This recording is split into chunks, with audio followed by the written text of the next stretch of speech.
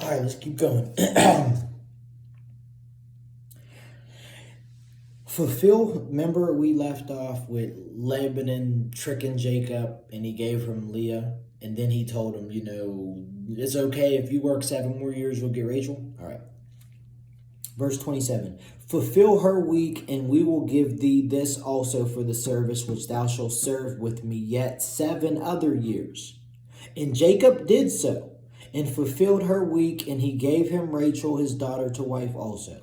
So basically, Jacob's been there 14 years now, because he worked another 7 years to get Rachel, what he really wanted. He got tricked, remember? But remember this, that's important. He's been here 14 years. And Laban gave to Rachel his daughter Bilhah his handmaid to be her maid. And he went in also unto Rachel, and he loved also Rachel more than Leah, and served with him yet 7 other years. So now he's there 21 years. And he loves Rachel more than Leah. Of course. I mean, Rachel was the one he wanted. Leah was the consolation prize. All right. And he went in also unto Rachel, and he loved also Rachel. Oh, I read that already. Verse 31. And when the Lord saw that Leah was hated, he opened her womb, but Rachel was barren. So you see here, Jacob likes Rachel more. But God notices that. And so he closes Rachel's womb and opens Leah's. Because at the end of the day, they're still married. And marriage is a covenant before God. It's not good to hate your wife. Anyway, and when the Lord, and Leah conceived and bare a son and called his name Reuben. For she said, surely the Lord have looked upon my affliction. Now therefore my husband will love me. And she conceived again and bare a son, and said, because the Lord have heard that I was hated, he have therefore given me this son also. And she called his name Simeon. And she conceived again and bare a son, and said, now this time will my husband be joined unto me, because I have borne him 3 sons. Therefore was his name called Levi. Remember, I told you in those days, your name was your personality. It was the story of you. Jacob means trickster. But you see, Jacob didn't like Leah. So God started blessing Leah with kids. Because back in those days, having kids was everything. And the reason why back in the Old Testament, every single woman was all about having kids was because Eve. Whenever Eve got tricked by the serpent, God told Eve, and ever since, and after this, he said, the serpent will bruise your heel, but your son will crush the serpent. And basically, God was telling Eve, you put a curse on yourself, and snakes are always going to scare women. But then he said, but in return, your sons are going to crush the snakes. And what he was doing was prophesying about Jesus, the Messiah, coming to defeat what Satan did and coming to defeat sin and reversing what Adam and Eve did. That's what he was talking about. So every girl, including Eve, every person who had a son, they were hoping that that son was the Messiah. That's why you see throughout the whole Old Testament, every single woman, all they want was a kid. Every people were crying and praying for babies. Every single girl in the Old Testament, that's all they were about. And if you don't understand why they were about that, then you're going to think that that's a woman's place. And some men like to use the Bible to say that's just a woman's place, have the kids. No, that's not what the Bible's telling you. The reason every woman in the Old Testament was all about having kids was because they were trying to birth the Messiah. They were trying to reverse the curse and have the Messiah so that the Messiah can cancel out the sin. If you don't know your Bible, you're going to mislead people in the name of the Lord. And you see how so many people I'm old fashioned. I follow the Bible. Women should just stay home and have kids. That's not what the Bible says. The Bible says women are equal and women are going to birth the Messiah. That's why they wanted to have kids. It wasn't about they just wanted to stay home and have kids.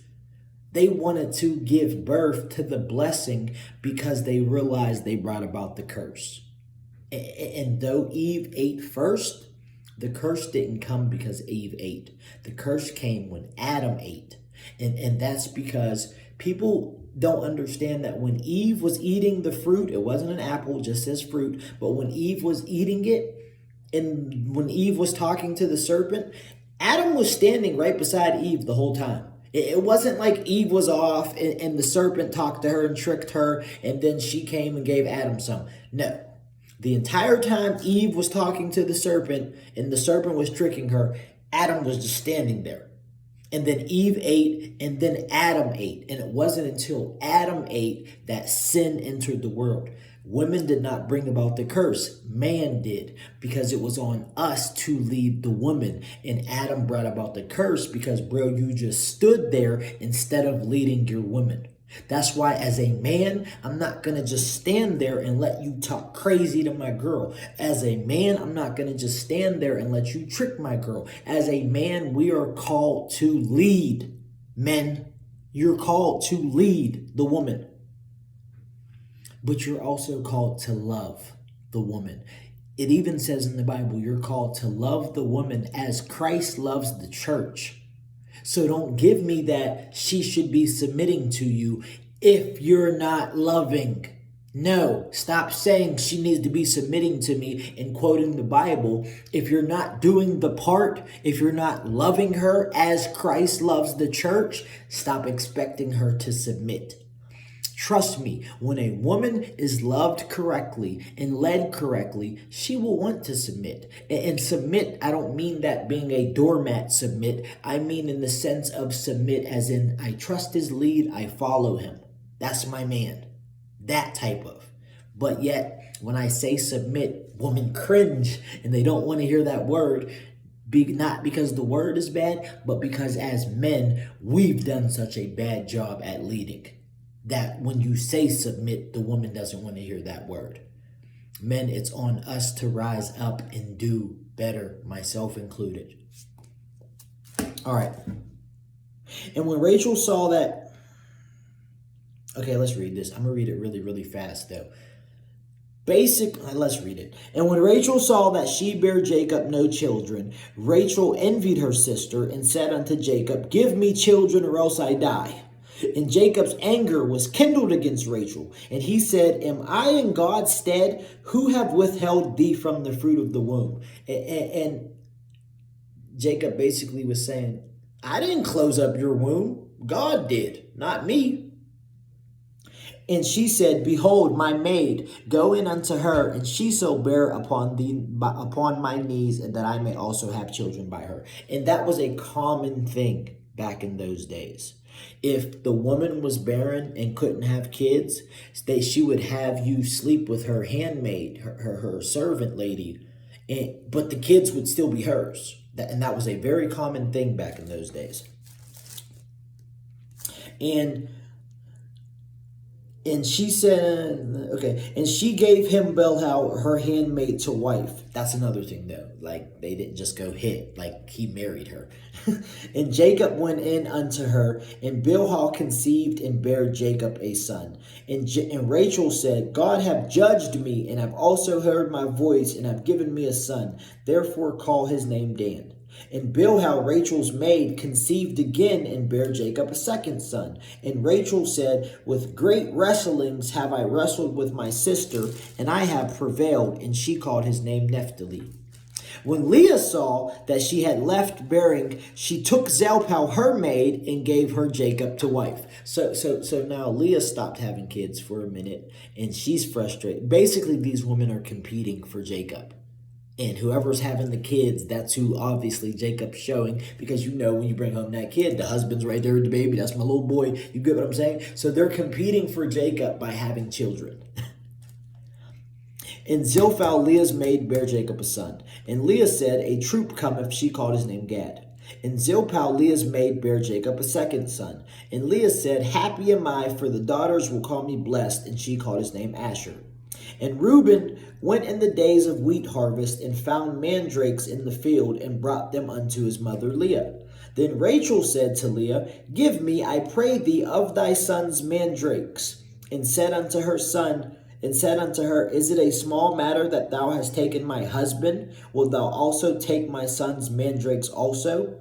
So basically what happens is one of Leah's sons brought some food home. Rachel wanted the food, and Leah was like, You already took my husband. You ain't about to get my son's food. And then Rachel said, Therefore he shall lie with thee tonight for thy son's mandrakes. Since Rachel was the favorite, Jacob was sleeping with her every night. So then Rachel tells Leah, if you give me some of your son's food, I'm going to let you sleep with him tonight. Listen to these women. But that's what's happening. But this is important. It's important that Rachel traded sleeping with her husband tonight for some food. Because remember I told you Jacob was a trickster and he tricked his brother out of his brother's birthright. His brother was the firstborn. But one day his brother came home hungry and Jacob was cooking food. And his brother said, Let me get some of that food. And Jacob said, I'll give you some of the food if you give me your birthright. And he said, fine. And he gave him the food and his brother. And basically Jacob tricked his brother out of the birthright. Because what happens is when you were the firstborn son, it came with a blessing from your father. And Jacob wanted that blessing. And he tricked his brother out of the blessing. And that's important because you see how in generations, now you see the same thing happening. And throughout the Bible, there's a lot of the same things happening, which lets you know that history repeats itself and lets you know that the things that you don't defeat, you pass down into your kids. The things that you don't defeat, you pass into your wife. As a man, we are called to overcome. You are called to change because the things that you don't change as a man are going to hurt the woman you love and are going to be passed down to your kids. And Jacob came out of the field in the evening, and Leah went out to meet him, and said, Thou must come in unto me, for surely I have hired thee with my son's mandrakes. And he lay with her that night. So basically they traded for the food, and you get to sleep with him tonight. And God hearkened unto Leah, and she conceived and bare Jacob the fifth son. And Leah said, God hath given me my hire, because I have given my mandrakes for my husband. And she called his name Ishar. And Leah conceived again, and bare Jacob the sixth son. And Leah said, God hath endued me with a good dowry. Now will my husband dwell with me, because I have borne him 6 sons. And she called his name Zebulun. And afterward she bare a daughter, and called her name Dinah. And God remembered Rachel, and God hearkened to her, and opened her womb. And she conceived and bare a son, and said, God hath taken away my reproach. And she called his name Joseph. Then said, The Lord shall add to me another son. And it came to pass, when Rachel had borne Joseph, that Jacob said unto Laban, Send me away, that I may go unto my own place and to my country. Okay, that's the part I've been trying to get to. What's coming next? So basically what you see here is Jacob has been here a while. He's been here 21 years. And he's had a lot of kids between Leah and Leah's handmaid and Rachel's handmaid. Right now, Jacob has 4 wives and a slew of kids. You've seen all of that chapter was just them two going back and forth having kids. And God was just going back and forth on whose side he was. Okay? So what you see here is he's growing. That's important. Okay. And now his last kid that he had was Joseph. Okay? And it came to pass when Rachel had... And then he tells Laban, like, yo, I'm getting big around here. It's time for me to go. Remember, he's been there 21 years. And some of those years was because he got tricked by his uncle to marry Leah when he didn't even want Leah. You feel me? All right. Verse 26, give me my wives and my children, for whom I have served thee, and let me go, for thou knowest my service which I have done thee. In other words, Jacob saying, you know what you did. You know you did me wrong. So now I'm trying to dip. So give me my kids and my wives and let me dip. All right, which is understandable. And Laban said unto him, I pray thee, if I have found favor in thy eyes, tarry, for I have learned by experience that the Lord have blessed me for thy sake. Which lets us know that one, you can learn by experience, meaning the people around you are learning by experience whether or not God is with you. And you see here that his uncle realized through experience, meaning through living life, that my land has been more blessed since you've been here. And that lets you know that people can tell what you bring and whether they give credit to you for it or not, whether they're tricking you still or not, they can see it. People can see you're blessed. They can also see I'm blessed just by my relationship to you.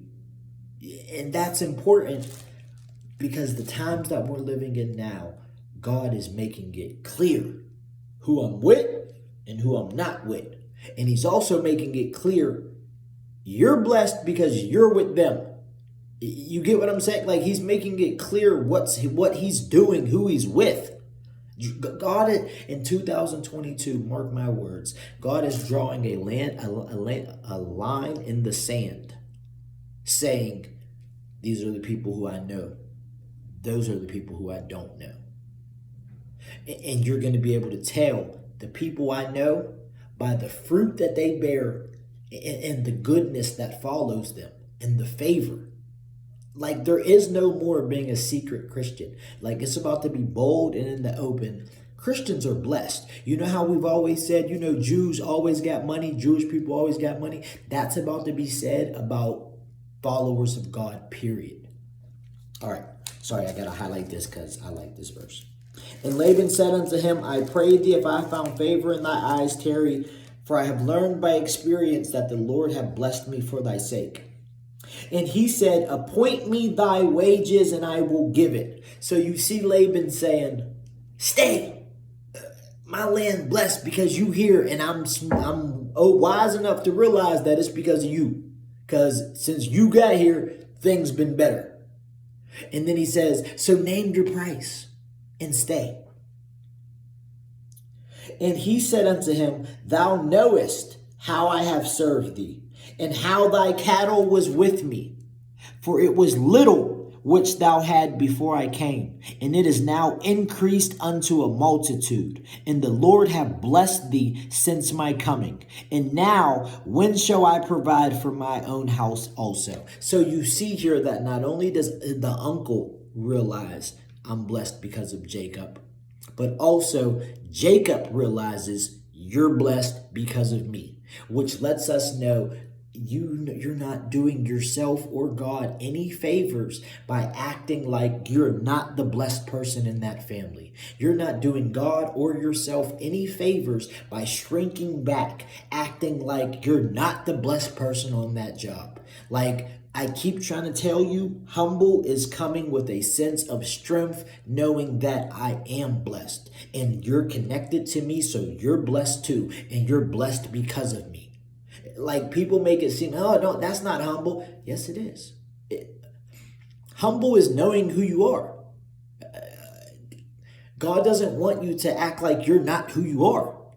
The thing is, he wants you to also do it in love and in meekness. I'm not stunting. I'm just stating facts. God's not against you understanding. My daughter, I tell my daughter all the time, baby, you're blessed because you're my child, and everything that I have, you're going to get double, and I'm going to pass it down to you, and you're going to have my favor because God's favor is on your dad's life. And I teach my daughter everything. Everything that I'm doing right now, I teach my daughter. I talk to her about stocks. I talk to her about the Bible, and some stuff she doesn't listen. but I'm still planting those seeds. And some stuff she does. She be coming to me, hey, Daddy, you should go buy, do they got a stock in Roblox? And we sat there and studied the Roblox stock one day. Like, my daughter's learning. Because the thing is, I understand that I'm your dad, and because you're my child, I know God got a calling on your life. And I tell her that. Meaning, don't shrink back. If other people can see it, you need to see it. A lot of times, other people see us better than we do. They see our potential, but we don't see it. And I'm trying to tell you, you need to start seeing it. You need to start believing what God says about you. Not what other people say believe what God says about you. Because that's what matters. It don't matter if other people see it, but God don't see it. I mean, all that matters is if God says it, then you better see it. Don't go off what they see alone. Go off what God says. And it's clear when God says it, they're going to see it and you're going to see it too. I will not apologize for being blessed. I won't. I am blessed. The people connected to me are blessed. I know it and I live it. And it's all because of God. That's where the humbleness comes in. Now, it's not humble if I say I'm blessed and it's because I'm C and I know the Bible and I make videos about God. No, that's not being humble.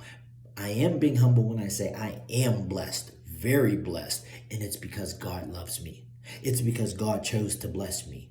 That's where the humbleness comes in, because you know it's not you. Get what I'm saying? But humbleness is knowing that it's me, meaning I am blessed. But the humbleness comes but it's not because of me. Now, whenever you hear somebody saying I'm blessed and it's because I do this and it's because I do that, that's wrong. You're blessed because God chose to bless you. Okay, and he said, what shall I give thee? And Jacob said, thou shalt not give me anything. Like, come on now. Jacob been there a while. Dude, you tricked me. Like, that's the atmosphere of this text. Like, Jacob's had enough. So Laban says, what should I give you to stay? And Jacob says, thou shalt not give me anything. If thou wilt do this thing for me, I will again feed and keep thy flocks. I will pass through all thy flock today, removing from thence all the speckled and spotted cattle, and all the brown cattle among the sheep, and the spotted and speckled among the goats, and of such shall be my hire. So shall my righteousness answer for me in time to come, when it shall come for my hire before thy face. Every one that is not speckled and spotted among the goats and brown among the sheep, that shall be counted stolen with me. And Laban said, behold, it might be according to thy word. And he removed that day the he-goats that were ring-tailed and spotted, and all the she-goats that were speckled and spotted, and every one that had some white in it, and all the brown among the sheep, and gave them into the hand of his sons. Okay, you see here, this is what happens. That's a lot of conversation, but this is what happened in the conversation. Laban's trying to get Jacob to stay. Jacob's like, I don't want to stay. But then Jacob's like, okay, you know what? Here's what we're going to do. Since I'm leaving, but before I leave, here's what we're going to do. All of your cattle that you know, that you just admitted that I helped blow this thing up. I helped you grow. Most of the stuff that you got since I've been here. So Jacob says, when I leave, I want my part. So he says, here's what we're going to do. Of the cattle, there's white ones, brown ones. He's saying of all of the cattle, right? The ones that have spots and such, I'm going to take those when I leave. And the ones that are clear and have all one color, you can take those. And then Laban says, cool. And Jacob tells him, I'm going to work the land and deal with this cattle a little bit longer for you. But when I leave, I'm taking the ones that have spots and such. And Jacob is actually giving Laban the better ones. He's giving him the better ones. Like the ones without blemish and spots and such were better. So Laban says, cool, that's what we're going to do. And then Laban takes all of the cattle with spots and such, and he gives them to his sons. So basically what happens is here, Laban agrees, you're going to work for me a little bit longer. And then Jacob tells him, okay, as I'm working for you a little bit longer, all of the cattle that give birth and they have spots, those ones are mine. And the ones that don't have spots, those ones are yours when I leave. So Laban says, bet, we can do that. And then he takes all of the ones with spots and such and gives them to his sons and then leaves the rest with Jacob. So you have to understand that the chances of all cattle being no spots, that's what Jacob's left with. So the chances of cattle with no spots having a baby with spots is slim. So basically Laban is tricking Jacob again. He agreed to it and then he tricked him again, basically. Because when they agreed, there was both type of cattle. And Jacob says, look, I'm going to take the spotted ones. Whichever ones get born with spots, them ones will be mine. The ones that are all plain colors, them ones are yours when I leave. And then Laban says, bet. But then he takes all of the ones that are spotted and he gives them to his sons. That way, the only thing left for Jacob to deal with are all of the ones with plain colors. You get what I'm saying? He tricked them again. Okay, now listen. And he set 3 days' journey betwixt himself and Jacob fed the rest of Laban's flocks. And Jacob took him rods of green poplar and of the hazel and chestnut tree, and peeled white stakes in them, and made the white appear which was in the rods. And he set the rods which he had peeled before the flocks in the gutters in the watering troughs when the flocks came to drink, that they should conceive when they came to drink. And the flocks conceived before the rods, and brought forth cattle ring-straked, speckled, and spotted. And Jacob did separate the lambs, and set the faces of the flocks toward the ring stakes, and all the brown in the flock of Laban. And he put his own flocks by themselves, and put them unto Laban's cattle. And it came to pass, whensoever the stronger cattle did conceive, that Jacob laid the rods before the eyes of the cattle in the gutters, that they might conceive among the rods. But when the cattle were feeble, he put them not in. So the feebler were Laban's, and the stronger Jacob's. And the man increased exceedingly, and had much cattle, and maidservants, and manservants, and camels, and asses. So basically, you got to remember, Jacob's an old trickster himself.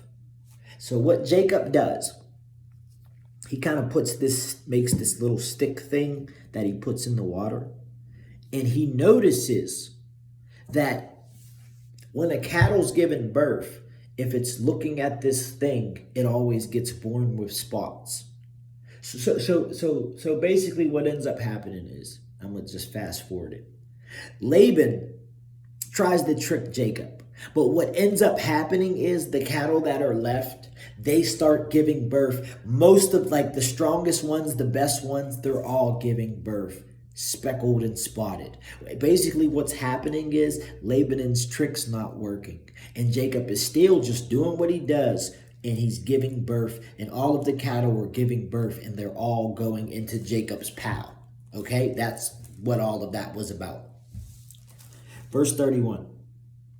And he heard the words of Laban's sons, saying, Jacob hath taken away all that was our father's, and all that was our father's have he gotten all this glory. And Jacob beheld the countenance of Laban, and behold, it was not toward him as before. And the Lord said unto Jacob, Return unto the land of thy fathers, and to thy kindred, and I will be with thee. So basically, when Laban comes back, Jacob, the sons were watching. The sons see that Jacob pal bigger than my daddy's pal. And back then, they handed everything down to their kids. And the sons start complaining like, Jacob then came and took our whole inheritance. And then when Laban comes back and he sees Jacob's pal is way bigger than your pal, Jacob notices that my uncle don't look like he messing with me no more. And then you hear God come and tell Jacob it's time to leave. All right. Verse 4. And now we're in chapter 31. And Jacob sent and called Rachel and Leah to the field unto his flock, and said unto them, I see your father's countenance, that it is not toward me as before, but the God of my father have been with me. And you know that with all my power I have served your father. And your father have deceived me and changed my wages 10 times. But God suffered him not to hurt me. You see here, Jacob's explaining to his wives, y'all see all the injustice that happened to me. But despite how bad your dad has been to me, God's been good to me. In other words, Jacob is showing us that I don't have to be a trickster. And God is showing Jacob, you ain't got to be a trickster. I got you. And that is why God let Lebanon put tricks on Jacob, because God is in the middle of becoming Jacob's God, remember? And God is trying to show Jacob that you ain't got to be a trickster to succeed. A matter of fact, whenever people come tricking you, you will still succeed. Remember, this all started with Jacob trying to see, I'm going to try you out, God. Remember, this is how it all started with Jacob. I'm going to try you out, God. And look at God making himself faithful. And yet, so many times we expect God to make himself faithful by just giving us a clear path. And yet, God gave Jacob a messed up path. But through that messed up path, look how strong Jacob is in his God. Look at how clear Jacob can see God is with me, and that's different. God being with me makes my life different. You see here, Jacob used to depend on being a trickster. And now Jacob sees even people who are trying to be a trickster to him, it not working. In other words, I used to do what I did for my money. And then I started trusting in God. And now I see that I got more money than the drug dealers. That's the atmosphere of this text. And you see here that God is proving himself to Jacob, but he's proving him in unlikely ways. You would think that if God's trying to prove to be your God, that he's going to just let everything go right. But yet you see, not everything went right for Jacob. But yet, even through the wrong, he was growing closer to God, and God was shining. I'm here to tell you that stop putting God in a box. Remember, this all started with Jacob putting God in a box and Jacob saying, I need you to do this. And God did all of that, but now you see God broke out of Jacob's box. And now you see Jacob not even putting God in a box. And now you see 21 years later, God has shown himself faithful, and Jacob is now not depending on being Jacob the trickster, but Jacob is Jacob, the man who God blessed. Let's keep reading. And he said thus, the speckled shall be thy wages. Then all the cattle bear speckles. And if he said thus, the ring stake shall be thy hire, then bear all the cattle ring stakes. Basically, Jacob is explaining to his wives, your dad's been trying to trick me yet again. But God is with me. And I'm here to tell you I didn't trick your dad. If your dad would have said, take the spotted and I'm going to take the plain, then trust me, God would have had all of the cattle be born spotted. And if your dad would have said, I'm going to take the spotted and Jacob, you take the plain, then trust me, God would have had all of the cattle be born plain. Verse 9, thus God have taken away the cattle of your father and given them to me. There's a verse in the Bible that says, the wealth of the unjust is laid up for the righteous. And that's what's happening here. You're seeing all of those years Lebanon thought he was tricking Jacob, and Jacob was still being blessed and still blessing Lebanon's land. He still worked the extra time for the wives, and he still stayed there, and he let Lebanon's land be blessed. He still asked to leave and tried to leave with respect, but Lebanon just kept tricking him and doing what he was doing to him. And then Jacob still just fairly said, well, can we do this? And Lebanon agreed, let's do this. And then you see Jacob's God stepping in. And you see Jacob understanding what God is doing. And now Jacob's explaining it to his wives, saying, I know that's your dad, but y'all know how he's been tricking me for all of these years in so many different ways. And I'm here to tell you what's going on here before you hear it from your brothers or before you hear it from your dad who's mad at me. What happened is I'm trying to leave, and before I left, God had saw all of the time that I have been faithful to your dad, but your dad was tricking me, and God made sure before I left that what was your dad's became mine. And that's the God that we serve. We serve a God who will give you the stuff of somebody who's been going against you. And that doesn't mean that you should be after their stuff. He's giving it to Jacob because Jacob just kept being himself. He kept being blessed.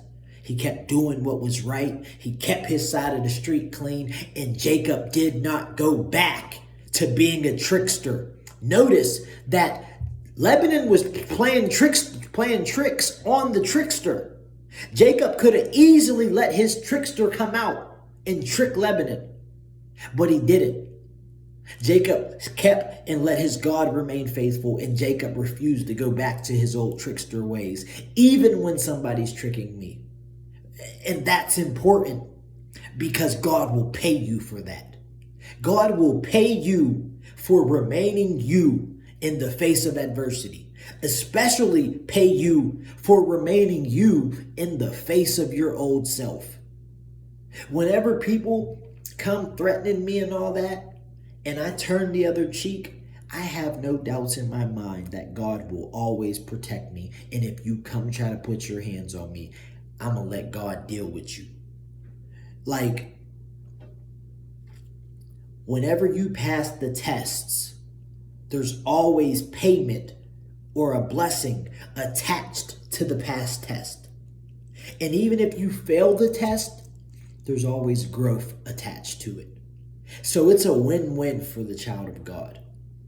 But it's never a win-win for the person who's going against the child of God. But notice it was not Jacob's place to go tit for tat. And you want to trick me, Unc? I can trick you back. You don't even know who you messing with. I'm the trickster. Jacob didn't take it there. Jacob just kept being faithful and then let God be his God. And I'm telling you, whenever you just keep being faithful and let God be your God, it's all going to be good. It's all going to work out. Trust me. I've seen it a million times. The tables turn.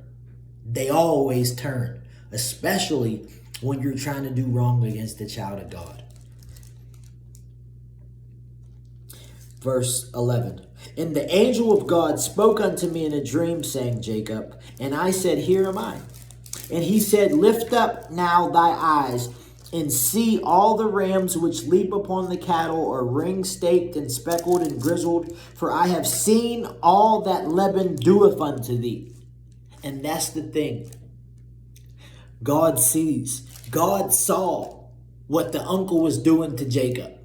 And though God was using it to make Jacob into not being a trickster, into trusting on God, that doesn't mean that when it's all said and done, that God's not going to deal with Jacob's uncle. Just because God is using you to test the old me, doesn't mean that once I pass or fail the test, that God's not going to deal with you. That's how God works. He will use it, and then he's going to deal with you for trying to mess with me. But in the meantime, while they're trying to mess with you, Marcus, I'm going to let that make you better. And I'm going to let that work with me and you and bring us closer.